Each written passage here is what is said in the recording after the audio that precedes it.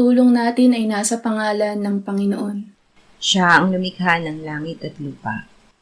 Ating ipahayag ang ating mga kasalanan sa Diyos. Ang ating Diyos ay Diyos na mahabagin at mapagpatawad.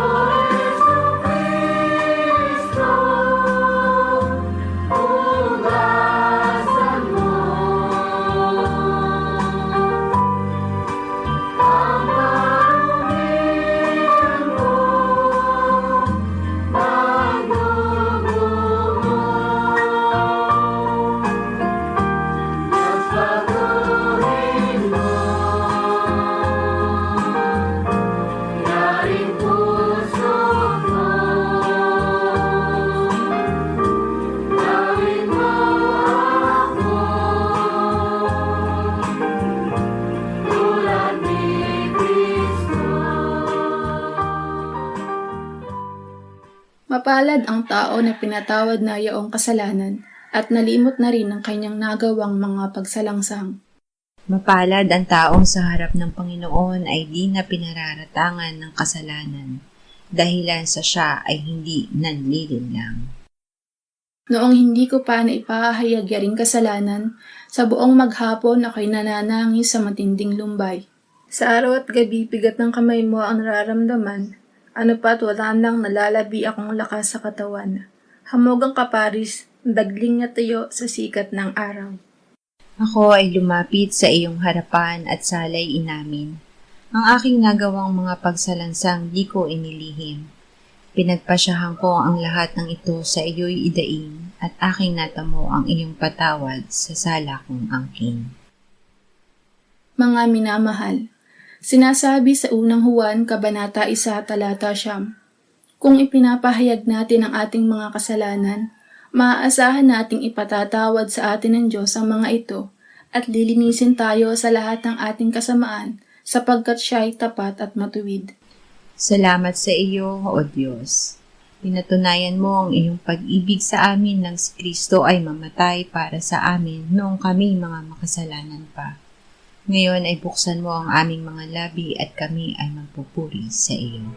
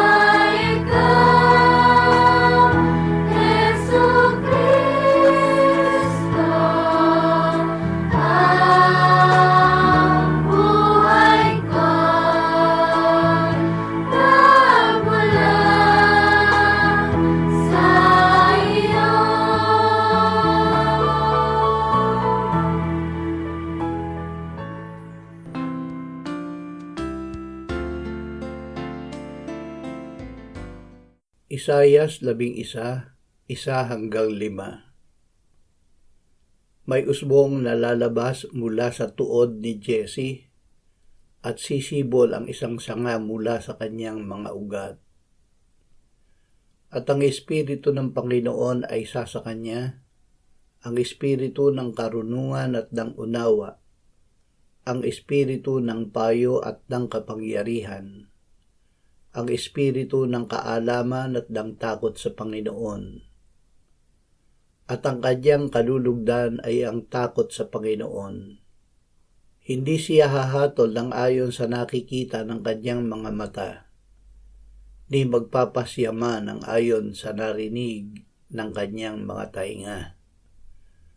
Kundi sa katuwiran ay hahatulan niya ang dukha at magpapasya na may karampatan para sa maaamo sa lupa. Sasaktan niya ang lupa ng pamalo ng kanyang bibig at sa hinga ng kanyang mga labi ay kanyang papatayin ang masama. Katuwiran ang magiging bigkis ng kanyang baywang at katapatan ang pamigkis ng kanyang mga balakang. Tanggapin ang biyaya ng bagong simula. Ibinigay ng Ama si Jesus upang ating sampalatayaan at tanggapin. Si Jesus ang anak ng Diyos na nagkatawang tao mula sa lipi ni Jesse na ama ni David, kaya't siya ang hari na ipinangako ng Diyos na darating. Si Jesus ang Kristo o Mesiyas na pinahira ng Espiritu Santo. Sa pamamagitan niya ay ibinigay sa atin ng Ama ang Espiritu Santo. Dahil sa Kanya ay inari tayong matuwid ng Diyos. Para sa ating kapakanan, siya na walang kasalanan ay ginawa ng Diyos na kasalanan, upang sa pamamagitan niya tayo ay maging katuwiran ng Diyos. Awit 72, 1-5. Ibigay mo, O Diyos, sa hari ang iyong mga katarungan, at sa anak ng hari ang iyong katuwiran. Naway hatulan niya na may katuwiran ng iyong bayan at ang iyong dukha ng may katarungan. Ang mga bundok naway magtaglay ng kasaganaan para sa bayan at ang mga burol sa katuwiran. Kanya dawang ipagtanggol ang dukha ng bayan, magbigay ng kaligtasan sa mga nangangailangan at ang mapang-api ay kanyang durugin.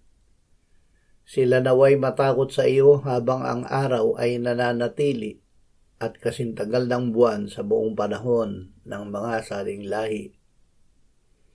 Si Kristo ang ating hari. Ang Panginoong Hesukristo ang ating tunay na matuwid na hari.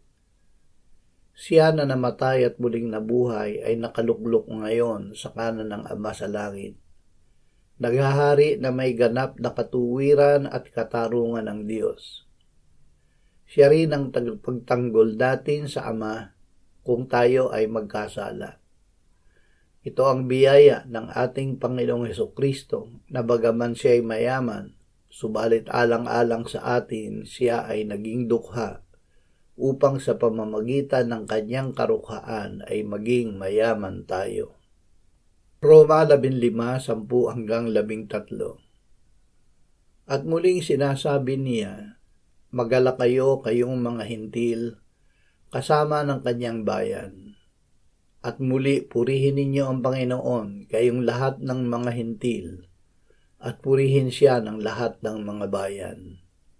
At muli sinasabi ni Isayas, darating ang ugat ni Jesse, siya ang babangon upang maghari sa mga hintil. Sa kanya aasa ang mga hintil. Puspusin nawa kayo ng Diyos ng pag-asa, ng buong kagalakan at kapayapaan sa pananampalataya, upang kayo'y sumagana sa pag-asa sa pamamagitan ng kapangyarihan ng Espiritu Santo. May pag-asa. Si Jesus ay namatay para sa ating kasalanan at muling binuhay, iniakyat at iniluklok ng Ama sa kanyang kanan sa langit. Si Jesus ang ating manunubos sa kasalanan. Ang kanyang pagtubos ay para sa lahat, hindi lamang para sa Hudyo kundi para rin sa mga Hintil. Ang lahat ng makasalanan na sumampalataya at tumanggap kay Jesus ay tinatanggap ng Ama bilang kanyang anak at binibigyan niya ng buhay na walang hanggan. Mateo 3, 1, 2, 11 at 12. Nang araw na iyon ay dumating si Juan na tagapagbautismo na nangangaral sa ilang ng Judea, nagsasabi, "Magsisi kayo, sapagkat malapit na ang kaharian ng langit."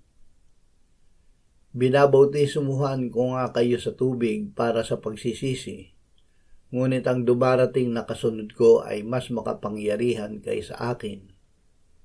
Hindi ako karapat-dapat magdala ng kanyang sandalyas. Kanyang babautismuhan kayo sa Espiritu Santo at sa apoy. Nasa kamay niya ang kanyang kalaykay at lilinisin niya ang kanyang giikan. Titipunin niya ang kanyang trigo sa kamalig, subalit ang ipa ay susunugin niya sa apoy na hindi mapapatay.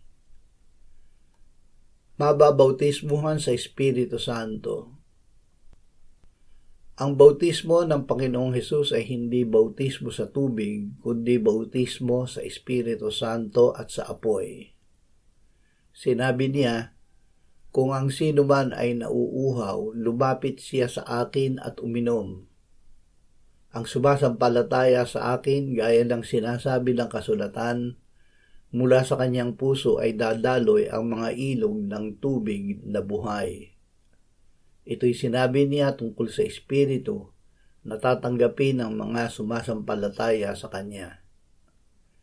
Ang sumampalataya sa Panginoong Hesus ay isinilang na muli ng Espiritu Santo, kaya't naging anak ng Diyos. Hindi tayo kundi tanging ang Diyos ang gumagawa nito. Sa pagbabalik ni Kristo, tayo ay titipunin ng Diyos para ang Ama at Siya ay makasama natin magpasawalang hanggan. Mananahan ang Diyos sa ating piling. Narinig ni Apostol Juan sa pangitain ang isang malakas na tinig na mula sa trono na nagsasabi, "Masdan ninyo, ang tabernakulo ng Diyos ay nasa mga tao. Siya'y maninirahang kasama nila at sila'y magiging bayan nila. Ang Diyos mismo ay makakasama nila at sila'y magiging Diyos nila. At papahirin niya ang bawat luha sa kanilang mga mata at hindi na magkakaroon ng kamatayan. Hindi na rin magkakaroon pa ng pagdadalamhati o ng pagtangis man o ng kirot man, sapagkat ang mga unang bagay ay lumipas na."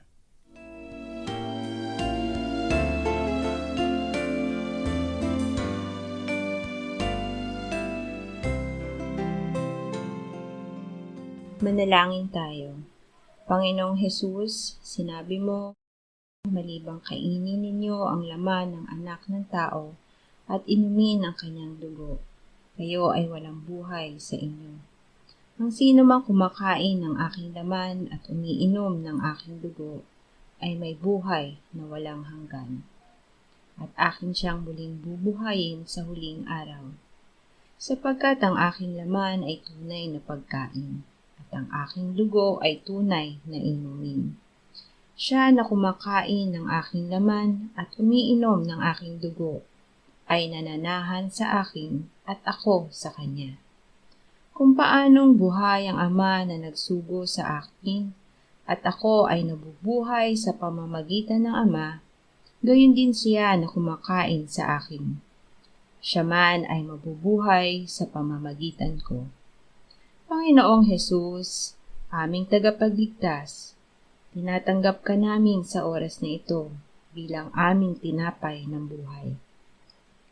Tinatanggap namin ang iyong katawan na ipinako sa krus, namatay, inilibing, pinuhay na muli at iniakyat ng Ama sa kanyang kanan sa langit bilang aming tunay na pagkain.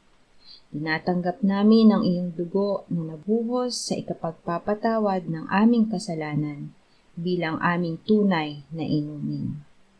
Manahan at mabuhay ka sa amin upang kami ay mamuhay sa pamamagitan mo, kung paanong ikaw ay namuhay sa pamamagitan ng Ama.